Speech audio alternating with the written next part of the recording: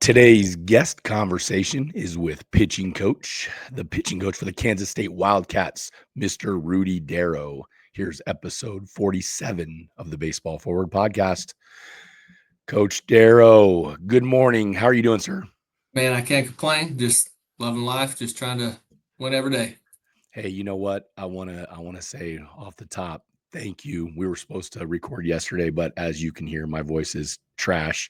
And on podcasts, that usually isn't very good. But we're gonna get through this. You're the one that's gonna be talking anyway. Nobody cares about my voice. So hey, I want to say this also. Thank you. The Wildcats were in Frisco this past weekend, and Coach Darrow took the time to come say hello to my boys. So I want to say, hey, thank you for that. They thought it was Absolutely. so cool to be able to get autographs and shake hands and all that stuff. Awesome. Um, Absolutely. so I'm going to start right there. Okay. Listen, as a K-State alum, I follow obviously K-State baseball. Yep. What I watched this weekend, my friend, was impressive.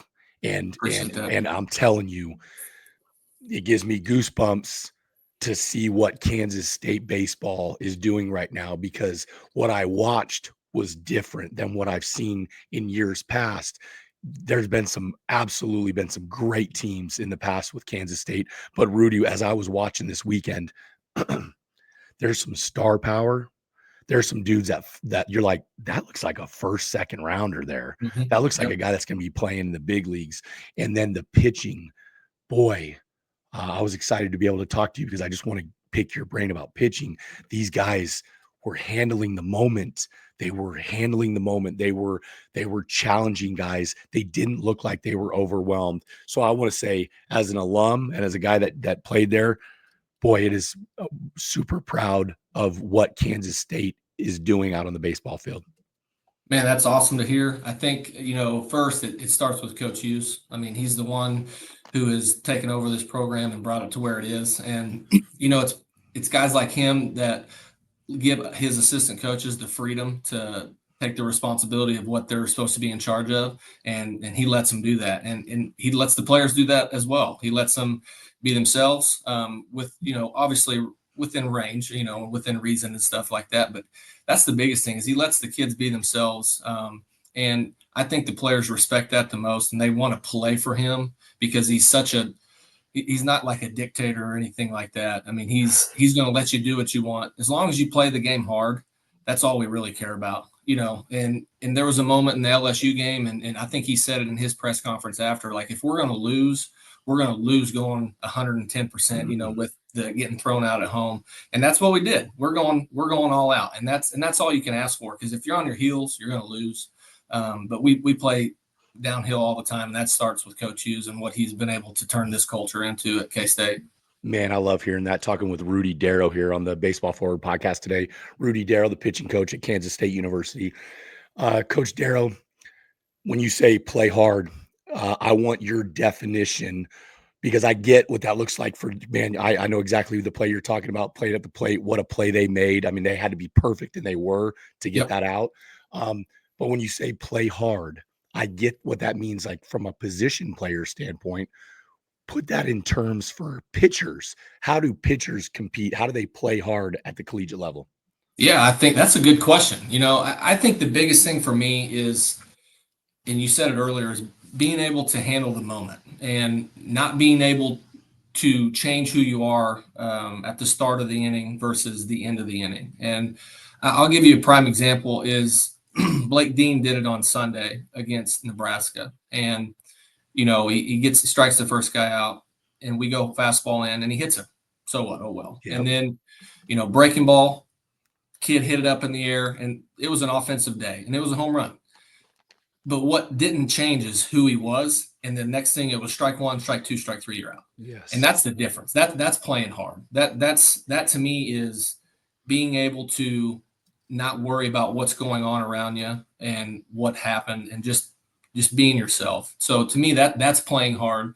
Also, too, is not letting like a bad call or something like that Yeah. make you have bad body language, because you're going to get a lot of them, and that's just the nature of the game. And if you can just really just be able to handle the moment and just breathe, at the end of the day, I think you're going to win a lot of ball games if you can just if you can just breathe. Yeah, man. And Coach Darrow, Kansas State, like you can't, because I have two sons, obviously you mentioned that play, and you can't teach adversity Correct. until they're actually in adversity, right? So, but I want to give you credit. I'm trying to give you credit here of what I saw from the pitchers was handling the moment, but um just so you aggressive. So I want to know this. How do you coach aggressiveness for the young pitchers out there that are listening to the Baseball Forward podcast? How do you coach aggressiveness to the young pitchers out there? Yeah, I think so. It starts with a mindset. First of all, doesn't matter how good your stuff is, and I said this, I said a couple times, like handling the moment is going to outweigh stuff. It's going to outweigh velocity. It's going to outweigh how big you are. But Yep. I think it starts with your mindset and our mindset. And right when I first got here, it hasn't changed. It hasn't changed wherever I've been. It's always move the barrel. And at the very beginning when I got here, people kind of were hesitant about that because you know as well as I do, I'm sure you've been a part of this. Everybody's like, move the barrel, make them hit it, make them hit it. Well, next thing you know, you give up 16 hits, and now all of a sudden they're getting mad at you for giving up 16 hits. You know what I mean? Yep. So the game, what I tell our guys, the game favors a hit over a walk.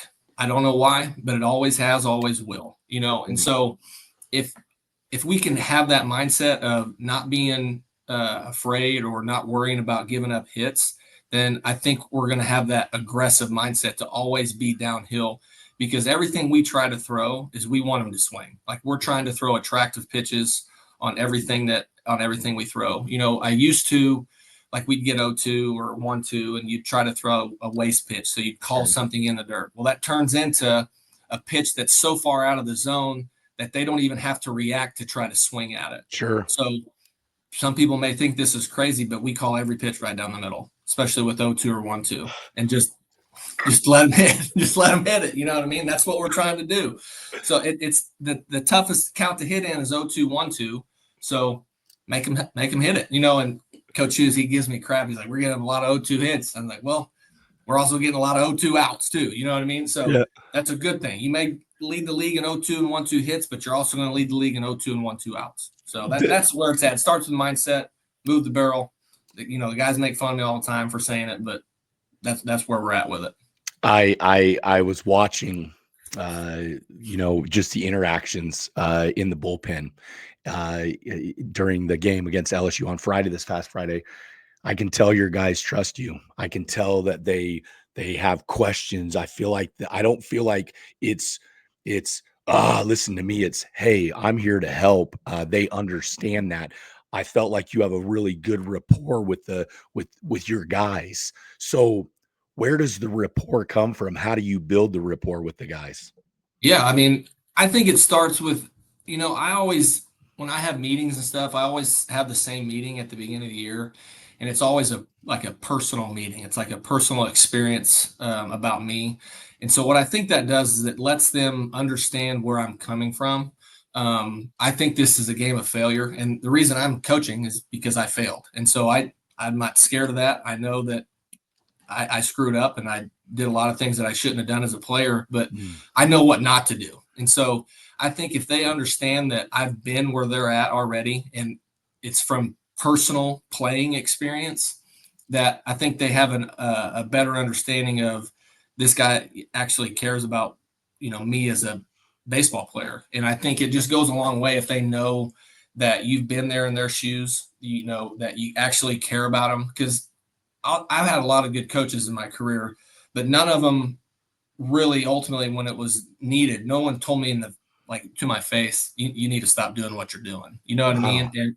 And so, wow, I went through it with my dad. My dad didn't play baseball, and he was my right-hand man, and he didn't know what to do. But I think just being honest and upfront with people, and just like Jacob Frost is an example, that kid's going to be really good. And I believed in him for a long time. And we were honest and upfront with him, and he's taken the reins and taken off. And I think that's just all you can ask for, is just be honest with people, let them know that you've experienced what they've experienced. And I think they're going to follow you a lot easier.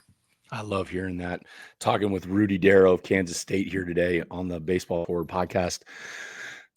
Man, failure. That's a touchy topic, coach. Yep. Failure is it's something that dude, I'll say it straight up.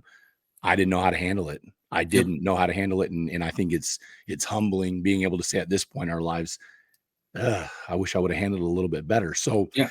I want to talk about failure for the young guys because you brought up Jacob Frost, and I had a conversation about Frost uh, probably midweek last week, and someone said, "Hey, he went from junior year, not performing the way he would probably want to perform, to moving himself into a pretty nice uh, opportunity in the draft this coming June Yep. or July." So, what changes? Like something had to change for him in handling the failure because he experienced it. And now you look at him and you're like, wow, okay, he's grown. So, failure. I want you to talk a little bit about failure and how you kind of coach guys through failure. Yeah, I think you have to embrace it, first of all. That's the one thing I don't think I did, is I didn't fail enough, or I didn't embrace it enough as a player, and I didn't look at it as a, what do I need to do to get better? Because you always, when you win, you don't really look at what do we need to do to win the game, because you won, right? So you always look back on failure and it's like, well, where did we fail at? And so with Jacob was a prime example of, you know, the information's always in front of you. You just have to find that information. And I think sometimes as a coach, and it takes longer than it should, and it took me longer than it should with Jacob. And ultimately, his problem was, lefties hit really good against him the year before, and so Wow. we kind of recognized that. Like, well, why are they hitting, so well against us? Well, it's because we can't land our breaking ball for a strike. All right, well, we analyzed that. We figured that out. We figured that we need to throw a lot more fastballs in, and then we need to land our breaking ball a lot more. And so that was really all we have focused on for the last like 7 months, is just Love it. throwing heaters in and then landing and he's got like a cutter slider now that he can land really, really well to lefties.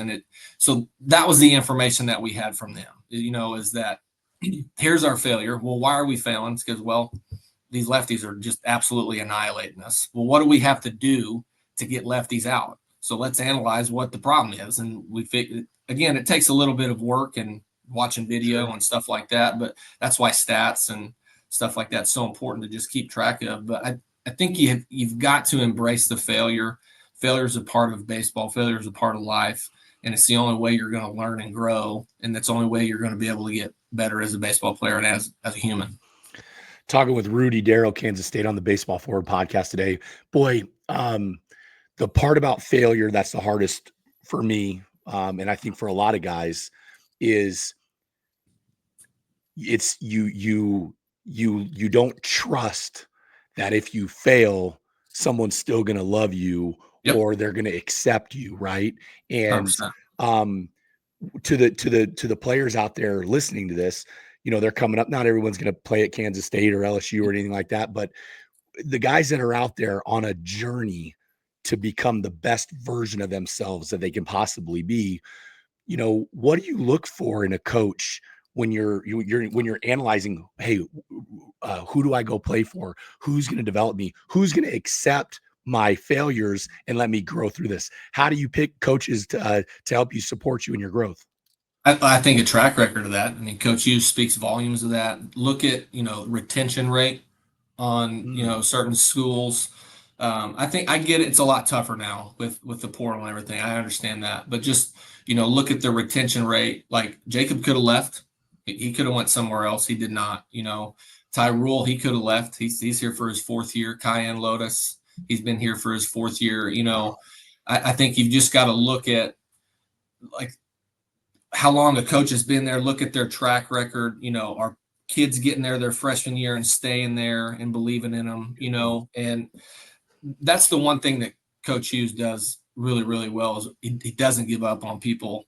Like, we don't give up on people here. We're really personable as a coaching staff, and we believe in kids. Like, we recruited you here for a reason, and so we're gonna stick by you as long as we can in order to get the most out of you. And that's, I think, if you can just do your research on schools, I think that number will stick out to you.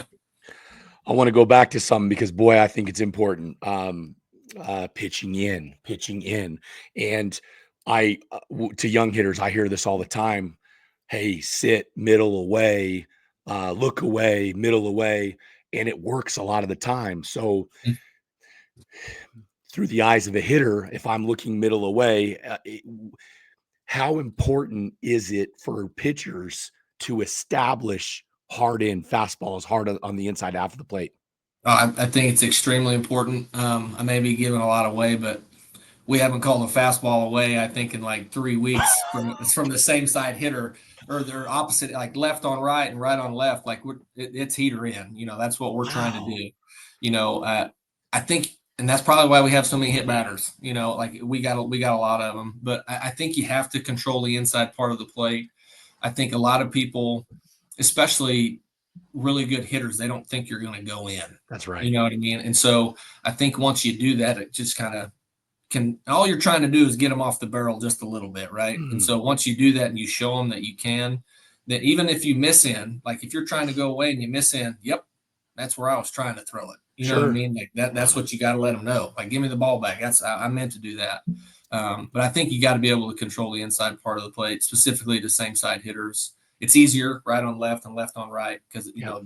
but you got to be able to do it to same side hitters. And sometimes, like, we have a kid, Tyrul, like he's better at controlling the inside part of the plate with a changeup. It's a firm changeup, like 86, 87. And he's better at controlling the inside part of the Wow. plate with that. And so because his fastball just kind of plays up a little bit. So Sure. again, it just takes trial and error, but I think you got to throw in. I think the best ones do it. If okay, because I love hearing that, and I love this because I feel like I'm getting some insight into why there's success, and it's starting to kind of come together in my head. But how do I, dude? I'm not gonna. I'm picturing it myself. Right-handed hitter on top of the dish. I got arm side run. How do I practice working the inner half on a guy right on right, left on left? How do you practice that as a young pitcher coming up?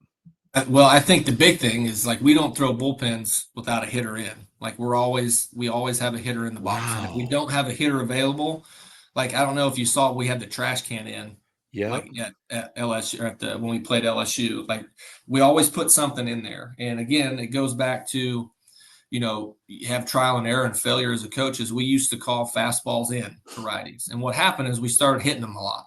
I'm like, okay, well, I know we want to control the inside part of the plate, but we got to stop hitting them. So we started calling fastballs right down the middle.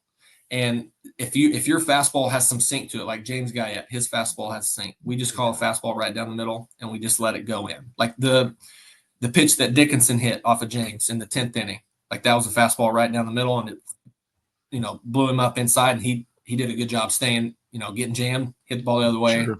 But I mean that's the pitch we were trying to execute, and we did. And so you can live with that. But I think it starts in your bullpens. You have a hitter in there always. You're never going to throw without a hitter in there. And I think that's the only way. And it doesn't have to be hitter. You put a stick, put a chair, put Sure. whatever it may be. Just stick them in there and stick them on the dish too. I love hearing that, man, and it makes total sense. I mean, I'm just thinking of those the dummy, the hitting Yep. dummy that Rick Vaughn blew his head up in Oh the yeah. movie Major League. How I'm like, hey, I'm like literally, I don't know that I ever threw with one of those guys in It's there. crazy. I Is never that did. it? Yeah. Yeah, I and you're know. like, why were we not doing that? That doesn't I make any know it. sense. Exactly. Um, Talking with Rudy Darrow on the Baseball Forward podcast today. Coach Darrow, um you've had your baseball life resume is impressive. You've been to a lot of spots. You've seen a lot of different things. Up to this point in your career, talk about some of the cooler things that the game of baseball has afforded you. Oh man. I think, one, just traveling the United States, seeing all kinds of different places, cultures. The cool thing about a baseball field is it's not like a basketball court where it's the same dimensions and everything's the same, or a football field. Like everything's different, every setup's different, and I think that's really cool, being able to go all over the country and see different parts of the world and stuff like that.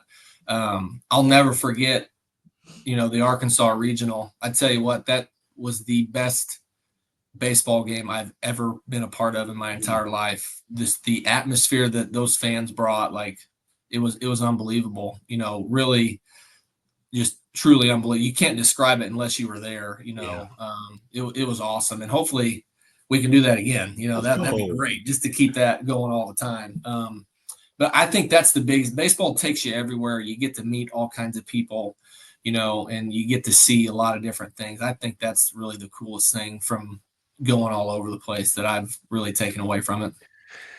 boy, and there'll always be a special spot in my heart for Manhattan, Kansas. And if you're Yep. listening to this podcast, Manhattan, Kansas, man happiness, the little apple.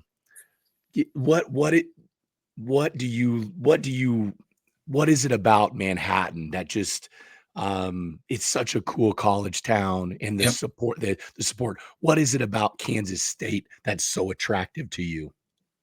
I think the fact that everybody is on board with supporting the university, like no matter where you're at, not just the people who go to the university, but the town itself really rallies around Kansas State athletics, no matter what sport it is. And I think that's a testament to the people, really, and who they are. And they love it.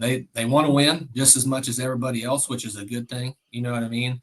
And I just think it's the support that the people here love Kansas State athletics and they're behind it. They've been through the ups and downs. They haven't wavered. I think it's just a really cool town, very people friendly, very family friendly. So that's why we're here. Obviously, Coach Hughes is a big reason for that too. But I think the people that support it, the culture. That's the other thing too is the values here align Mm, with what we want to. And I think that's everybody's values are the same, which is great. man, that's awesome. Um, you look through you look talking with Rudy Darrow, Kansas State on the Baseball Forward podcast today. All right, I want to talk about this because you have because of the rapport that I see that you have with your guys. Um, a word that I would use for grown men and guys listening. Hey, it's hard um, to trust to really let yourself go and trust somebody in the realm of being playing and coaching, right? And I see that you have that. The guys trust you. So when I say coachable, like how important, I think that's something in today's society, in younger players that maybe they don't have as much coachability as maybe they once did. At your level and from the seat that you sit in right now, how important is it to get guys that are coachable in your program? I think it's extremely important, that it's the only way you're going to get better. You know, we don't have all the answers, right? I've called 1,000 bad pitches in my life, and I've told people a lot of bad things too. But I think if you can have an open mind, and I think the biggest thing too is that I always tell our guys you have to be able to look in the mirror. And what I mean by that is you have to be able to be honest with yourself and really truly evaluate not only yourself as a player, but the outcome of what happened. Well, why did it happen? Was it because of my performance? Was it because of my mindset? And if you can have that, then we can move forward. But if you Mm, don't, like if I give the example, I'm 5'10", sidearm right-handed pitcher. Well, if I think I'm left-handed and I throw 98, we're going to have a problem, Ross. You know what I mean? It's going to be difficult for me to go out there and be successful. So I think if you can have an open mind, be honest with yourself, I think then the player and the I like that. coach can work together Mm, to move forward and find a solution. Because I don't care where you find the solution at, as long as we're communicating and we're on the same page and it's within reason of, okay, this is who we are, then let's do it. Absolutely. James Guyette is an example. Um, he we dropped him down in the middle of the year last year, and he was extremely open to it, like right away. Where love it. some people aren't, you know what I mean? Yeah, Because I think he saw that what I'm doing ain't working, and I'm sure. not pitching. So what can I do to pitch? Wow. And my goodness, did he just take a hold of it and let it? And now it's easier for me too because I think I threw that way so he could had a little bit more trust. Like Mhm. this guy, like he did the same thing, you know. So I think that holds a little bit of weight. But man, he was so open to it, and I'm proud of him for doing that because not a lot of kids would. It starts with looking in the mirror, being open minded, and then working together, coach and player, to find the solution to move forward. It blows my mind.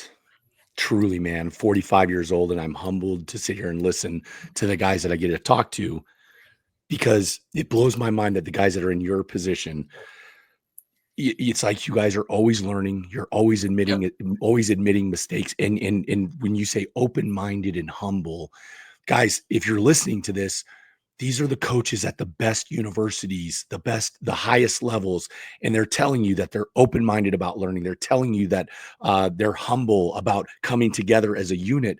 If you're a player, man, you can't have that I'm better than everybody mentality Right. if your coaches don't have it. That to Correct. me is coachability. Is that right? No doubt. No, you're exactly right. 100%. I got written down here. The game's always changing. You know, it's not going to stay the same, and you got to be able to adapt to it.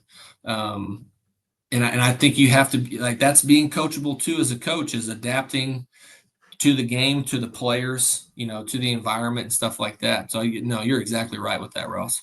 Talking with Rudy Darrow on the Baseball Forward podcast. And I apologize for my voice, coach. I kind of sound like a Bob Dylan a little bit, maybe. There's Uh, nothing wrong with that. hey, That's let's good. let's go there real quick because I'm just curious about you as a human. All right. What kind of music what kind of music? You're a country boy, I bet. What kind of Oh music do you yeah, listen to? I'm a big country guy. So like I grew up listening to Elvis and Dwight Yoakam. You know what I mean? Wow, Oh yeah. So me and my family we go to Elvis Week every week. It's a big. really? Oh yeah, big tradition. Since my Is that in Graceland? Yes, it is in Okay. Memphis. Yep, whole family goes.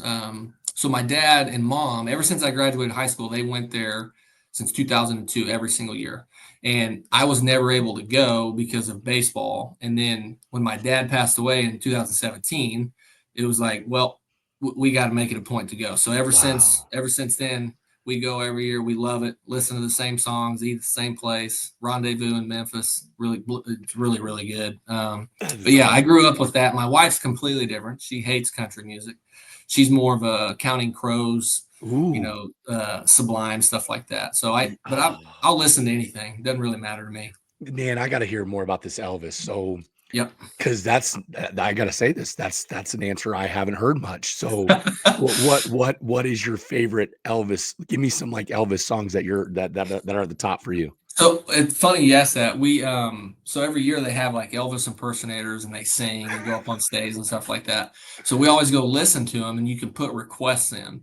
Okay. And my favorite song it's called In the Ghetto. And so we put it in and my oldest daughter, she loves it too. And so the guy who was doing it saw who requested it. He comes down off the stage, comes all the way to the back of the auditorium where we are, and makes us sing it with him. No And way. so Oh yeah, it was crazy. So my daughter, she did really well. It was awesome. My dad's favorite song was Kentucky Rain, was a Yep. really really Great good song. song. Great Yeah. song. So we're huge old school Elvis, Dwight Yoakam stuff. I'm gonna second those. I love In the Ghetto. I love Kentucky Rain. He was a stud, Oh and man, obviously he's a king, but yep, like this generation, we get further away from him. They don't realize how talented that guy was. unreal. Just ahead of his generation. You know, just the stuff he was able to do without the social media. All the people that knew him just remarkable. Like if you go to the place, you just see all his stuff. It's just like my goodness, this guy was All unreal. all right, so let's stay along the same lines of music right now. What's your favorite of the current roster you have right now? What's the current? What's the What's your favorite walk-up song or walk-out song that they walk out to? Oh man, I don't know. Our Friday guy last year, Owen Borma, he had Akuna Matata, so that was pretty good. That was very you know to him who he is as an individual, just a great human being. There's a lot of good ones, man. I don't know. because we haven't had a home game yet, so I don't know what they are Yep. this year. Yep. But I don't know. I'll have to get back to you on that Okay. one. I want to hear it. And Yeah. just curious, what's the Burma, the lefty, what's he doing these days? So he's married with he got married last summer with Taylor. She is going to Congratulations. nursing school in Iowa, and so he is a teacher at a preschool in Iowa at the town where the university where they're at, and she's getting her nursing degree, and she'll be done next, I think in the summer. This summer she'll be done. But man, he was good enough to freaking get drafted. You know what I mean? Just unfortunate that the metrics and the Yep. velocity wasn't there because that kid's a winner. He's the reason we made it to a super regional. We won 27 of the 34 games that he started for us in 2 years. Wow. So yeah, Wow. yeah, just an unbelievable competitor. Just a winner. Shout out to him. I mean, I enjoyed watching him, and Oh yeah, he transferred in from, yeah. He was a D3. I yep. think it was somewhere in St. Paul, Minnesota, Division three. I think Yeah. Northwestern St. Paul, something like that. Yeah. So Just a, it blows my mind every year. There are guys that are missed in the draft, even free agent signs that you're like, but all they do is throw strikes and get guys I out. know. Why? Yeah. So let me transition to this. Talking with Rudy Darrow on the Kansas State on the Baseball Forward podcast today. Hanging him up is hard. Yeah. And everybody ends their I'll say this, 99% of us end our career and we have this like, ugh, I know I did, like just this, Mhm. I felt gross about baseball when I walked away from it, of my own doing in retrospect. Right. But Yep. it's hard to walk away from it. And I think of Owen right now, and I'm like, that guy he was in peak physical condition. He was at Yep. his best physical that he can. So when you talk about hanging him up, like, why do you think that's so hard, and what can guys do to prepare for that? Yeah, I think it's so hard because you're so invested in something. Mm, To be great at anything, you have to immerse yourself in it, and I think that's what we try to do here. And you do it for so long. Like Owen did it for 5 years, 4 years, whatever it was, and then like you work so hard at it, and then like life kind of hits you, and it's like this doesn't make sense. I don't know why. yep, Like I did everything that I mm, possibly could, and he did it at an extremely high level too. yep, And is very unfortunate. Like I think I was more hurt for him than he was probably. Um, but I think what you can do, like Owen, again, he was able to look in the mirror and he knew that baseball was going to be over, and so his degree is very, very important. And I'm a product of that too. And I think that you need to have a degree that you can fall back on because baseball is going to be over at mhm, some point. that's And right, so you need to be able to, because you're going to college, so you might as well use that to your advantage and get a degree that you can fall back on. Like I just wanted to be a coach, so I just got a general studies degree. Well, I figured out real quick, you ain't going to get another job with a general studies degree, so I went back and was going for my mechanical engineering and stuff wow, like that. But I think that's why your degree is so important because have something to fall back on. You always got to have a plan B. You're going to immerse yourself in plan A, but make sure plan B is right there behind it. that's right. And you know what? If you have the right habits and the Yep. right discipline, it Yep. really doesn't matter what you're doing because you're gonna be Exactly. successful whatever you do, right? No doubt. No doubt. You're exactly right. A lot of young guys, uh, coming up. Man, what I love about college baseball more than anything at this point in the game is, dude, just go out and watch and how talented these guys are these days to watch. I mean, just being out there on Friday, there wasn't a guy below 90. I And know. it's I'm like, and then the arms on both teams that you guys are putting in, I'm like, man, um, it's so impressive. Their skill set is so high. So there's a lot of guys out there that want to get to that level. So for the young guys that are coming up that want to play at that level, what advice do you have for them wanting to become, quote, a Division 1 baseball player? Yeah, I think, again, you got to be realistic. Like, not everybody's going to Tennessee. Not everybody's going to go to Georgia. And that's what I get. That's where those guys want to go. One, you need to go, especially with the transfer portal. Owen, again, for example, like he went to a Division 3 school and then we got him and he came, came here for us. You know what I mean? Yep. So go to a place where you know you're going to play, because if you play, you're going to develop no matter what. You're going to get developed just from the natural maturation of the game and you physically and stuff like that, and your coaches. So go to a place where you know you're going to be able to play, and you know you can. It goes back to what we were talking about earlier. Go to a place where you know that if you're not succeeding right away, that they're going to stick with you and give That's you right. time to develop. You know what I mean? But it's I will say this: you don't have to throw hard to get outs. Owen's a product of that. Lincoln Sheffield's a product of that for us. So, but you've got to do something different, right? And the one thing that was to their advantage, they're left-handed, right? Sure. So Yep. being left-handed is extreme advantage. So you bring something to the table. Weird arm slot, controlling the moment, extremely competitive, and stuff like that. And I think that will give you a leg up if you're on the same playing field as someone who maybe throws harder than you. Is Boy, and I want your take on this too, because I look at those guys. Just, I mean, I was out in center field late in the game watching, some of the Nebraska players come in, Sam Houston players. Yep. Dude, you guys, the guys on the field are monsters, and Yep. they're huge, they're big, strong guys. Even the guys that quote are shorter, I would be considered that.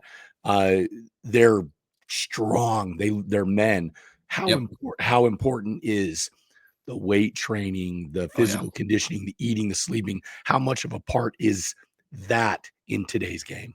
Oh, it's everything really. I mean, that's where it starts and ends. If you're not physically capable to handle it, you're not going to succeed, because especially over the long run. And that's what baseball is it's over the course of the long haul, right? And I think you got to be physical, you got to be strong.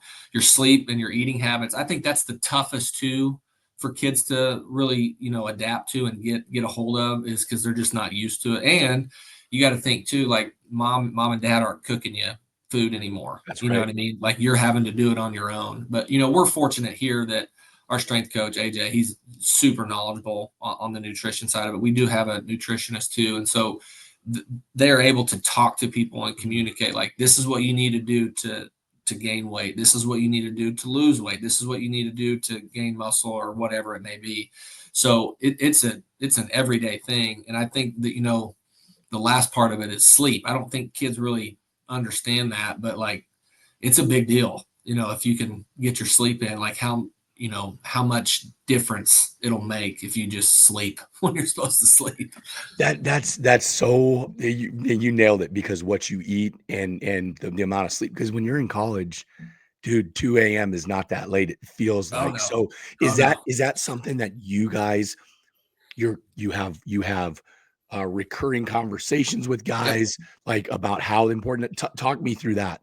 Yeah, well, Coach Hughes is always on it. Like he's always telling them, make sure you get your rest. It's so important to get your rest. He's talking to them daily about it, Yeah. and I think we're just hammering it from all aspects. I'm saying it, our strength coach is saying it. When they go over to PT to get their meals, those people are saying it over there. Our nutritionist is saying it. So, and then you have guys that are older who know, they're saying it too to the That's right. younger guys. So it's just, and again, it's an immersing yourself in that and just being cognizant of it, like what's important to you. Like if you're not getting your sleep, you're not healthy, and then you're not getting the best version of you. So then therefore you're letting your teammates down. So That's right. I think that's ultimately what it comes back to, is like, it's not about you, it's about your teammates. Wow. That's a good way to put it. Yeah. It's the truth. Talking with Rudy Darrow on the Baseball Forward podcast. I've got a crazy voice today here, but that's okay. A few more minutes, Coach. Couple more Yeah. questions. Um, I My sons play baseball, and I see a lot of it, and I try to just mind my own business. And I got another guy that's the head coach, and he's a former baseball player. He played at McNeese, by the way. Oh, awesome. Yeah, but his name is Ryan Robertson. He was a catcher, but he's the goal is to teach and let them enjoy the game, and do it the right way. Man, I see a lot of young coaches. Boy, they're loud and they yell and they overuse, and I want to believe that a lot of it is because they just don't know. Yep. And the goal for Baseball Forward is elevating the next generation of ball players and coaches. So as it relates to young coaches coming up in the game, impacting our youth, what what advice do you have for those guys? That's tough, right? Because I think the biggest thing is that no, and I do it too. I'll say this: kids are going to screw up. Yeah. We're going to make mistakes, and I think the hardest thing as a coach to do, and I've believed in this for a long time, is forgetting that you played the game Mm, and remembering what it was like when you played. And baseball is so freaking hard. Like yeah, it it's really, is. really hard. And I think if you can step back and remember that and just take a breath, I think that'll just give you a different perspective, on how you can handle a situation or talk to a kid about something that happened or whatever. Just remember the game's hard. It's really, really hard. And these kids, they're not meaning to go do out there and screw anything up. Like as soon as that practice is over, they're out. You know what I mean? Like it's on the video game. That's right. Like, well, how long, how much can I play Call of Duty or whatever it may be or something like that? You know what I mean? But I think just remembering that you played the game and it's extremely hard, and I think that'll give you a different perspective on what you're trying to accomplish as a baseball coach. I love hearing that, because, hey, we never screwed up when we played, right? Absolutely, we did. Our generation was better. Baseball is harder than it is now. Not All not right. even close. It's so much better now, like than It it was when we played. It's not even it's hu close. hey, it's humbling, man, because Yeah, you wanna walk around and think you're hot stuff, and then you see yeah. what's out there today, and you're like, "Yeah, never mind, I'm not hot." No shot. Yep, Strike zone's a teacup. yep. Hitters are way more disciplined. Just the training aspect. It's not even close. That's right, that's right. Rudy Darrow with Kansas State. Um, parents, parents. I'm gonna leave it general, and I'm gonna say, what is your advice to parents of young ball players coming up? Oh man, I love it. Because I got three girls, and we're a huge soccer family. My wife Okay. played soccer, and I love it because I don't know a damn thing about soccer. You know what I mean? So to me, I'm just like, yep, go get them. You know what I Yeah, mean? So I think if you played the game that your son or daughter is playing, it's a little different. Like sure. I catch myself when my oldest is playing softball. I catch myself wanting to say something or do something, whatever. But I think the biggest thing is like I'll just give you an example of a scenario. I think that's again it goes back from personal experience. I think parents can relate to this. So my daughter's at practice, and there's two other girls there. They're the her and these two other girls are probably the better three on the team. Well, these two girls did something with the soccer ball, and they kind of kicked it up in the air, and the coach didn't say nothing to them. And then, you know, Rooney did it. That's my oldest, and the coach said something, and she was like, you could tell like she didn't really understand why he said something. And Mm, then they did it again, and he didn't say nothing. mm, And then so she did it, and he said something again. And then after that, she didn't do it anymore. She did how she's supposed to. And so afterwards, she was really upset. And we're in the car home. She's like, Dad, I don't understand why was he saying something to me? I said, well, let's take a step back here. Okay. So why do you think he said something to you? And she's like, well, maybe because he thinks I'm going to listen. Okay. mm. Absolutely correct. Right. Yeah, And he probably said something to you, maybe because he thinks that you're going to actually apply what you're doing, like what he's sure, wanting you to do, and you know what I mean. So I think if parents can, because you could easily, oh, that well, he's just picking on you, sure. he's just, you know what I mean. So I Yep. think you can easily go that way with it. But I think if you can step back and just try to redirect, like there's a reason he's saying something to you. There's a reason why. Let's figure that out. And it's not always a bad thing. I think it's a good thing. And then I think once I walked her through that, she was like, okay, that makes sense. And she Wow. was fine after that. You know what I mean? So that's my take on parenting is just kind of take a step back and just because there's other times too when coaches you know what I'm talking about. I'm sure Yeah. you've seen it where coaches get on them, and I get that, but Yep. it's not always berating and about like there's other ways that you can take it. Constructive criticism is a Mm. good thing.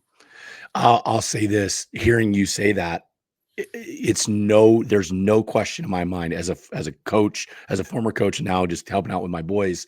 I'm going to say this. I know you know this, and you probably, even with some of your guys now, probably not as many, like maybe one, but when you're coaching and you feel like, no, they're not going to listen. Yep. They've proven that they won't listen. They've proven that they don't care. They've proven that they're not invested the Yep. rest of the guys are. You tend to leave those kids alone. Is Yep. that fair to See, say? 100%. And that's exactly what I told my daughter. I said, it happens right now. I said, there are kids that if I care That's more right. about their success than they do, and I'm going to give it my Ah, best effort, but then I'm out. I'm out. yep. And it's 1,000. You are 1,000% correct with that. I hope the parents listen to what that story about Rooney. That's a sweet name, by the way. Awesome. It's got to be like a soccer, Yeah, right? everybody thinks it's after Wayne Rooney, but That's it's definitely not. It was just it was a website. We wanted an R name. Boom, popped up. le- legit, nonetheless. But I hope they listen to it, because if I'm a parent, and I'll say this till I'm blue in the face, the ones that are always loud and always causing drama, and it's always, we didn't show up on time. They're always talking about something drama. Yep. Those are the ones where most of the time coaches are like, I got to stay away from that because I don't want Yep. to be. Coaches are there.